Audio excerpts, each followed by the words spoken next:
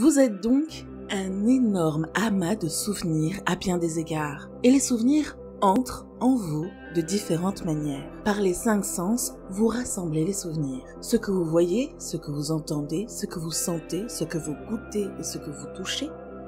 De toutes ces 5 façons différentes de rassembler les souvenirs, ce que vous voyez et ce que vous touchez sont les formes les plus profondes de souvenirs. Ce que vous touchez crée un certain niveau de souvenir dans le système. Ainsi, lorsque vous dites un conjoint, vous avez touché. Il y a un certain niveau de souvenir. Maintenant, votre séparation signifie que d'une certaine manière, vous essayez d'arracher ce souvenir. Et ça ne va pas être facile pour diverses raisons.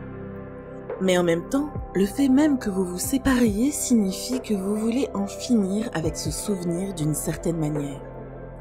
Peut-être pas effacer ce souvenir, mais quelqu'un qui était un conjoint, quelqu'un qui était une partie de votre vie à bien des égards, lentement, pour une raison quelconque, vous avez commencé à le vivre comme un bagage que vous ne voulez pas porter. Vous voulez donc mettre ce bagage de côté, mais vous vous apercevez que ce bagage n'est pas quelque chose que vous portez volontairement. C'est quelque chose qui vous colle obligatoirement et compulsivement. Donc, quand quelque chose se colle à vous de manière compulsive, si vous essayez de l'arracher, il y aura de la douleur. Vous voyez, si vous essayez de vous débarrasser de votre mère, de votre esprit, vous verrez que c'est impossible. De la même manière, la mémoire s'est accumulée avec votre conjoint.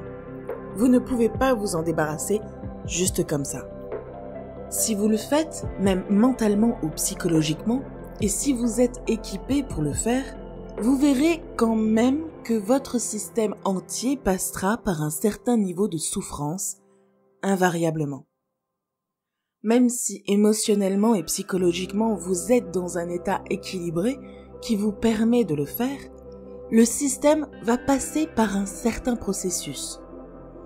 Vous le verrez surtout lorsque vous êtes séparé de votre conjoint, soit par la diversité ou la mort. Vous verrez que la mémoire dans votre système est beaucoup plus forte quand ils ne sont pas là. Particulièrement lorsque la mort survient, vous verrez que les souvenirs de votre conjoint fonctionnent dans chaque cellule de votre corps. Si vous avez vécu assez longtemps ensemble, ce n'est pas seulement un processus émotionnel et psychologique. C'est un processus très physique. Ainsi, le divorce est une mort volontaire. Vous avez décidé de tuer quelque chose qui fait partie de vous, d'une certaine manière. C'est pour cette raison qu'ayant cette compréhension de l'existence et de la façon dont le système fonctionne, qu'on vous a toujours dit jusqu'à ce que la mort vous sépare. Parce qu'il y a une mémoire physique à ce sujet, et le corps n'a pas l'équilibre de l'esprit. L'esprit peut décider et se retourner, mais le corps ne peut pas se retourner. Plus vous construisez de mémoire en lui, plus il devient confus.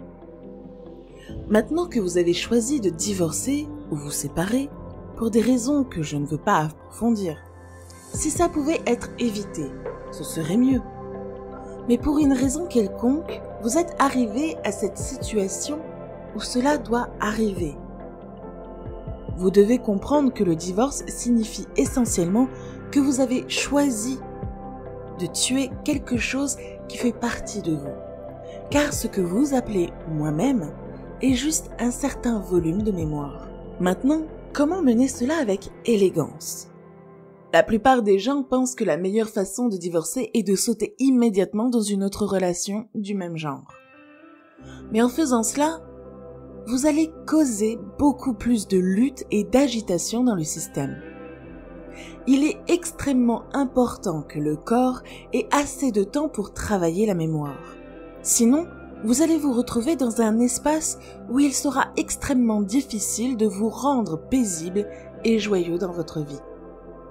Il est donc important de mener ce processus avec grâce, comme il est important de mener tous les aspects de votre vie avec grâce et bienveillance.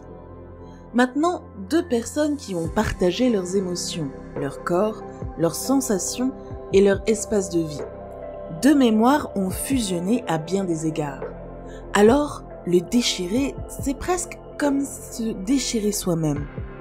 Même si vous avez peut-être commencé à arriver presque à un endroit où vous ne pouvez plus supporter la personne, ça fait quand même mal. Simplement parce que vous essayez d'arracher un souvenir qui est en vous. Parce que vous êtes un paquet de souvenirs. Si l'on fait un travail intérieur suffisant pour établir ces énergies qui sont vous-même, vous ne faites que divorcer de votre conjoint.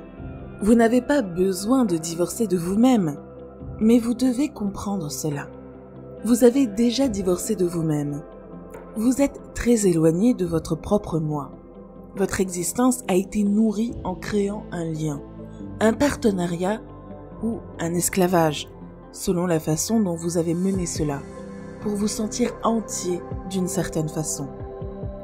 La plupart des partenariats de cette nature sont établis parce que, par vous-même, vous vous sentiez insuffisant, incomplet. Mais la vie n'est pas ainsi. C'est un processus de vie complet par lui-même. Il n'a pas besoin d'être extérieur. Maintenant que vous vous trouvez dans une telle situation, il est temps de vous tourner vers l'intérieur et de voir. Il est temps que vous trouviez la complétude de ce qu'est cette vie. Il est temps que vous découvriez que cet être est un être complet. Il n'a pas besoin d'aide extérieure pour être comme il est. Pour mener notre vie en société, nous pouvons avoir besoin des autres. Nous sommes interdépendants. Mais l'existence fondamentale, l'équilibre, l'espace, la possibilité d'un être humain est un processus complet par lui-même. Notre indépendance est seulement en fonction de nos exigences externes. Mais notre existence intérieure est complète par elle-même. Vous divorcez d'avec votre conjoint, ce qui est déjà assez grave. Ne vous divorcez pas de vous-même. J'espère que vous avez aimé cette vidéo. Si oui, n'oubliez pas de laisser un pouce bleu, de vous abonner si ce n'est pas encore fait, et laissez-nous votre avis en commentaire. Si tu as aimé cette vidéo, je pense que tu vas aimer les deux prochaines. À bientôt sur Espace Motivation.